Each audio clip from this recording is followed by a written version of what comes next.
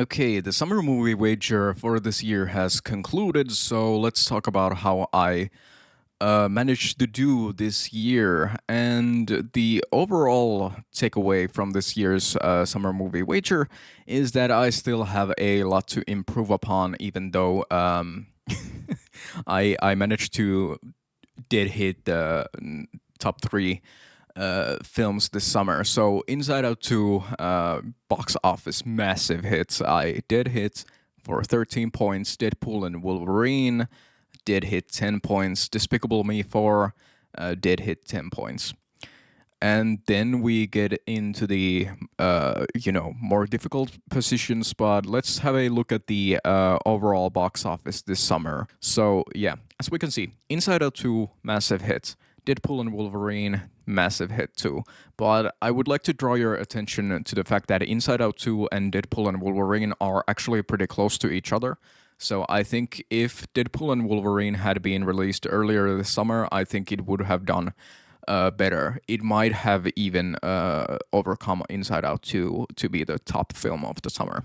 But yeah, my general impression about Inside Out 2 as a film was that people were kind of lauding that original film as a classic already, and it's something that like sad middle let's not say sad, okay, millennials really love that film because it's like the perfect Pixar film where it's catered to children, but it has also something very adult to say about feelings and stuff like that. Deadpool and Wolverine comes at a time when the MCU is fumbling the bag like crazy, and honestly, like looking at the marketing around Deadpool and Wolverine, it was all about like Ryan Reynolds and Hugh Jackman. Specifically, I don't think people like went into Deadpool and Wolverine thinking like, "Oh my god, it's gonna be the next MCU film." No, this was actually uh, like Ryan Reynolds saying in the film. I think I still haven't seen it, by the way. Saying that he's like Marvel Jesus or something like that. Despicable Me 4, in turn, I kind of predicted this as the third option, just in the terms of like looking at the other Despicable Me films and like the Gentle Minions trend. Why it isn't higher up the list is because I think this will be the final Despicable Me film that will do this well. I mean, because I think the interest in this franchise is waning, even though it's like huge this summer, obviously. But I think overall the interest in this franchise is waning. So I think it's gonna be falling down. If they decide to make more like sequels, they probably will. I don't think it's gonna place that high anymore. The fourth really upsetting is Twisters, because like honestly, looking at my old video where I discussed my picks, I predicted that people wouldn't be that interested in Twisters just because, you know, how many people have seen the original Twister? But the thing with this film is that it doesn't really tie into the franchise at all. It's a sequel, but it's barely a sequel, and you don't really need to see the first one to see the second one. So I think that like helped it a lot. And I think another thing about it is that Glenn Powell is just a superstar at this point. So if a Glenn Powell film comes out, you should bet on it, essentially. The fifth place would be Bad Boys Ride or Die. This is something that is missing from my list completely because it's the fifth film in the franchise, if I recall correctly. I haven't seen a single one of these films. Just thinking about Will Smith and like the interest in this franchise didn't seem all that high. I'm obviously wrong about that because like it's the fifth place of the summer. So that's a massive success. So yeah, that's something that should be accounted for in the future. I don't really know, like, if there's gonna be a sixth Bad Boys film, is that gonna do very well? I honestly don't know. Then we have Kingdom of the Planet of the Apes, which honestly I also placed kind of low. We'll get to my list in a moment here because I didn't think there would be that much interest in the Apes films. The only reason that it is on my list is because the Apes films have been kind of successful previously, And on top of that, um, I think the quality of these films is very good. Not that quality essentially matters a lot for what films do well at the summer box office, but it's just one of those films where, if you're gonna go to the theater, why not go look at apes killing each other? I mean, does that make any sense? But it just feels like one of those films that would do well at the box office. I think I placed it one step down from this, but yeah, we'll get to that. I honestly thought that people wouldn't be interested in the apes films anymore, but I think most people don't even realize that the director has changed, etc., etc. People don't really care about that stuff. That's just like film nerd stuff. But yeah, A Quiet Place Day One. I should have placed this higher. I don't recall where I placed it on my list, but a good horror movie. There really isn't any horror on this list, so yeah, one horror movie has to do well. Longlegs was a surprise hit this summer, but unfortunately, it didn't make enough money to even make the list. Yeah, it's the 13th place there. Uh, this was very surprising to me that Longlegs did this well. It's not on my list or even a dark horse because like it's such a small movie. I think the general reason as to why I didn't put A Quiet Place Day One on my list was because it's a prequel to a franchise that has been doing very well, but I don't think people had the connection to these characters, obviously, because they're new characters. Come to find out, people kind of just want to be scared. It doesn't really matter who who the protagonist is. It Ends With Us is one of the most upsetting things about this list for me because I was looking for that like film that would be catered to a mostly female audience, and I had no idea It Ends With Us would be that. In hindsight, it feels so obvious, but like this is a movie about abuse. Marketing for this film and the substance of the film, which I haven't seen, but I've heard people talk about it, are really incongruous. The marketing department for this film did a very good job at, misrepresenting what this film is, I think, because like I hear it's very bad just substance wise compared in comparison to how it is marketed. You have like Blake Lively and Flowers. You're kind of expecting a romantic film almost. I don't know. There's like, in Finland, there are screenings for this film where you get to knit. There are knitting screenings for this film. I'm not kidding about that. That's a thing that happens here. And it just seems like a very weird thing considering that the subject matter is so serious. I was just looking at my previous video. I think I made the prediction that this was going to be the Where the Crawdads Sing of the summer, where people would be comparing it to the original novel and kind of would say that it's not as good as the book, and people would just go read the book instead. Come to find out, I was wrong.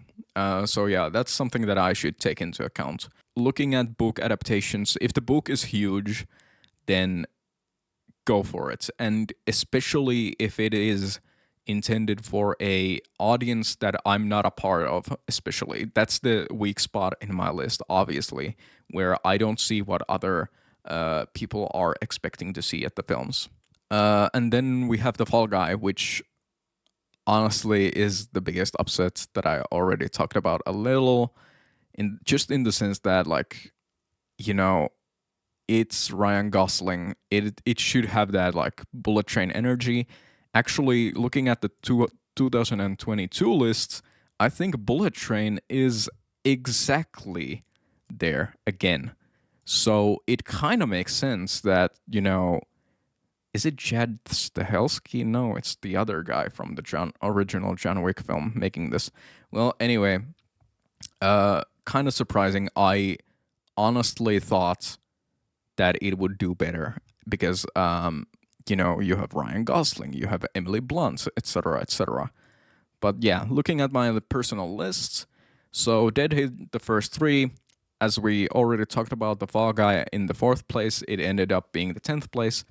I honestly don't know how I could have predicted that better because it seemed like it was gonna be huge. It just felt like that. It's just one of those films that, you're looking at the trailers and stuff like that. Like, it was marketed a lot, at least in Finland.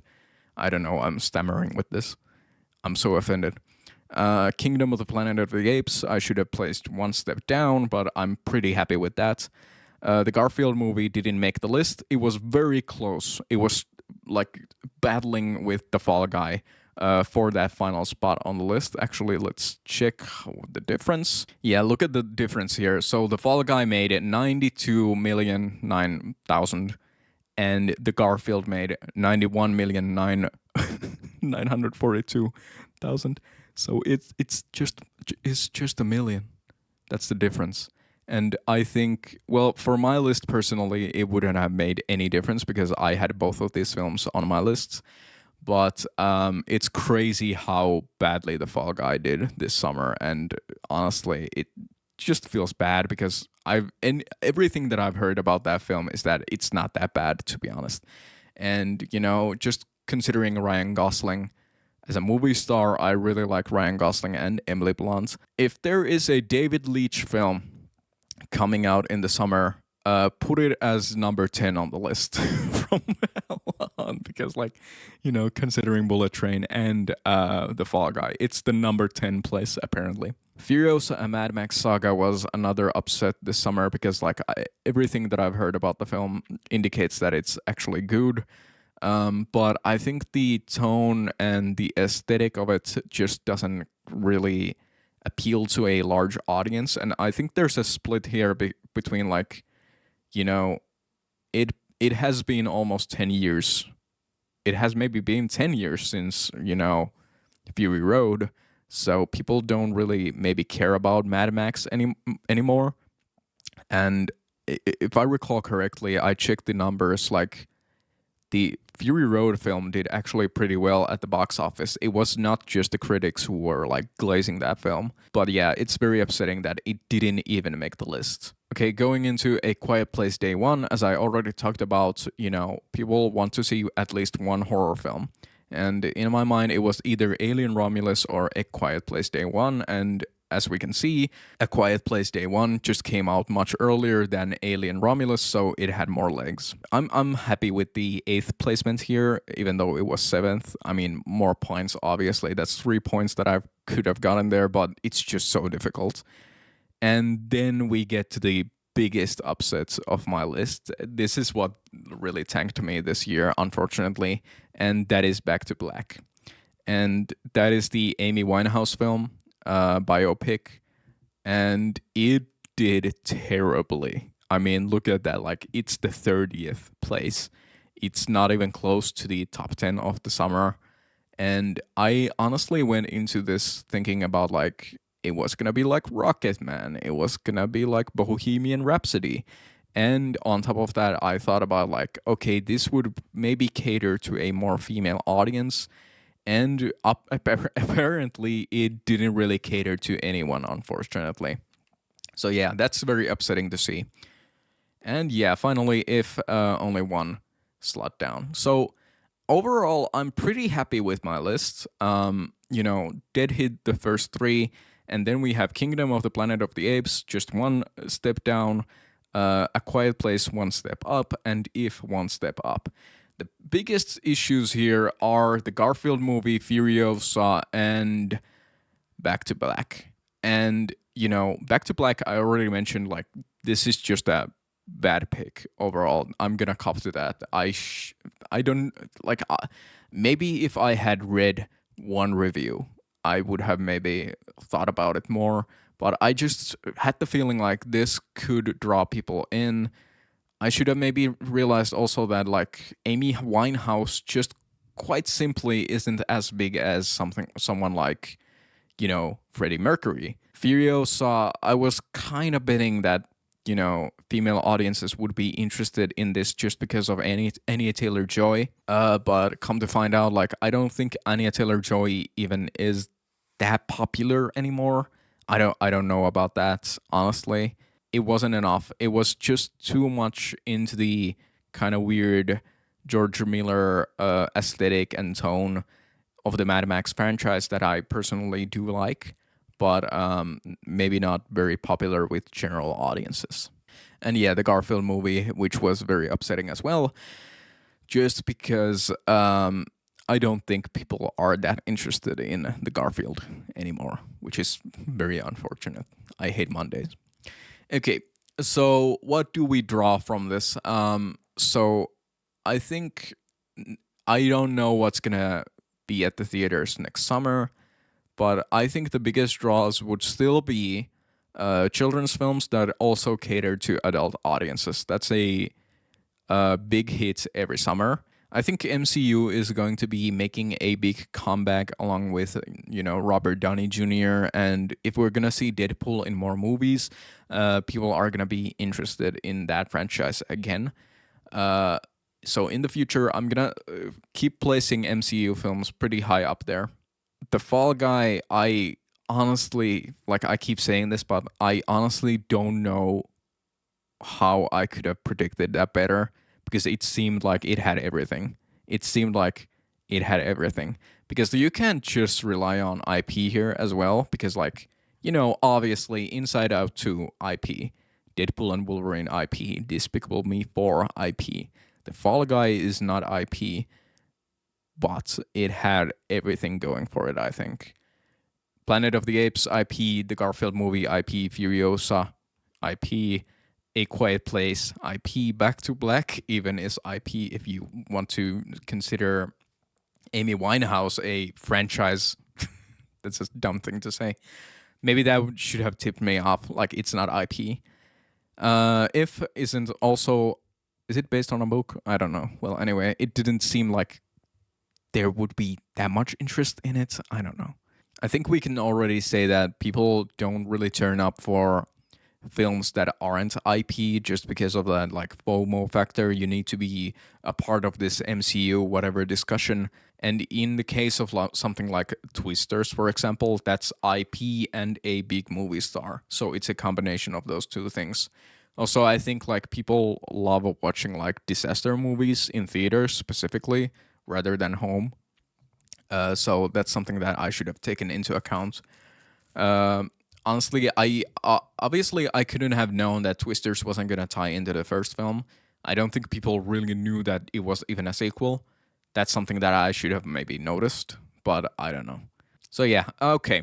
For next year, I don't know what the lessons are here because honestly, it's gonna be very different next year as well. But yeah, okay. Thanks for watching.